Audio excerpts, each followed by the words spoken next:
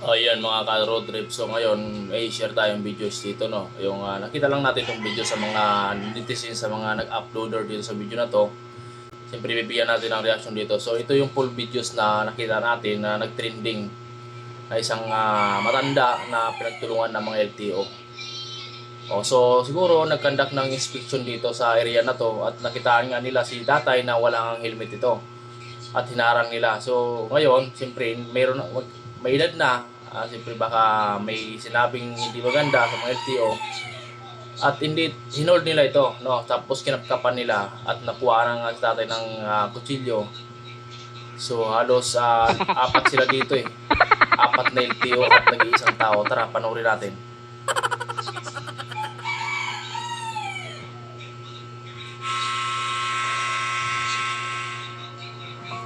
So yun na nga, pag nakita natin dito na sinusundan na yung matanda, ayan, sinusundan na nila punta sa motor niya. Siguro aalis tong matanda na to, no? Aalis siya. Ayan. Ngayon kinakapkapan na siya ng isang LTO dito. Tingnan natin ha. Kinakapkapan na siya ng LTO. Ayun, nakuha yung isang kutsilyo. Ayun kutsilyo nakuha niya sa likod ng matanda. So hindi natin alam kung ano ba ang motibo nito at may dalang kutsilyo, no? So hindi natin malaman sa video kung ano ba talaga yun. Inaambahan niya pasaksakin talaga si tatay, no? So kung mali talaga yung matanda, ay hindi na dapat niya ginawa yun kasi alam naman nila nasa gobyerno sila, di ba? Saka wala naman laban yan. Ano laban niya nung nag-iisa lang, apat sila? Ang lalaki pa ng mga katawan. Yun. Imbis na tama na sila, sa tingin ng mga tao, maling-mali talaga sila. Tingnan mo naman, kinaladkad niya pa. Ayan.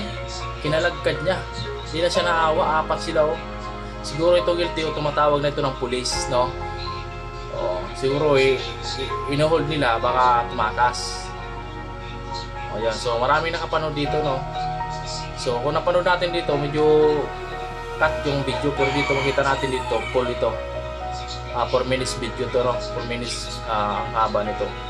So hindi naman tayo nakakuha ng video na to. Siyempre kuha lang tayo ng reaction dito. At siyempre salamat sa mga laging nakaka-video ng mga ganito, sa mga road rage sa kalsada na may mga nangyayaring ganito.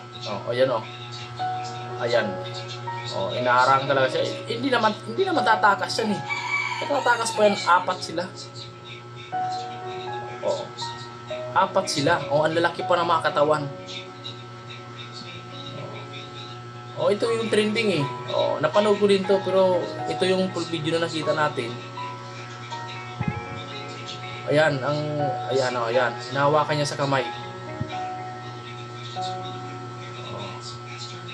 Ayan, hawak-hawak ng isang kasama niya yung kutsilyo, ayan sa likod. Siguro may violation to si tatay, kaya inarang nila. So maraming nakapanood sa paligid, Pero marami nagsabi na it's tatay daw.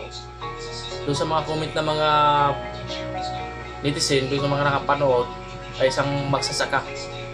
Isang farmer si tatay. May edad na hindi pa sila naawa. Pwede nila piligilan sa huwag nang nila saktan, di ba? Kita nyo naman mga LTO, lalaki ng katawan. Halos kalahati lang. Ayan, hinawakan siya sa kamay eh. Pero sa tingin ko, hindi naman papalag to eh. Papalag yan ang lalaki ng mga katawan yan eh. So meron siyang sinasabi dito. So, hindi natin alam kung anong sinasabi dyan. Kung nagre-reason siguro sa tatay na ganito o ano man. So hindi natin alam na bakit siya may dalang kutsilyo.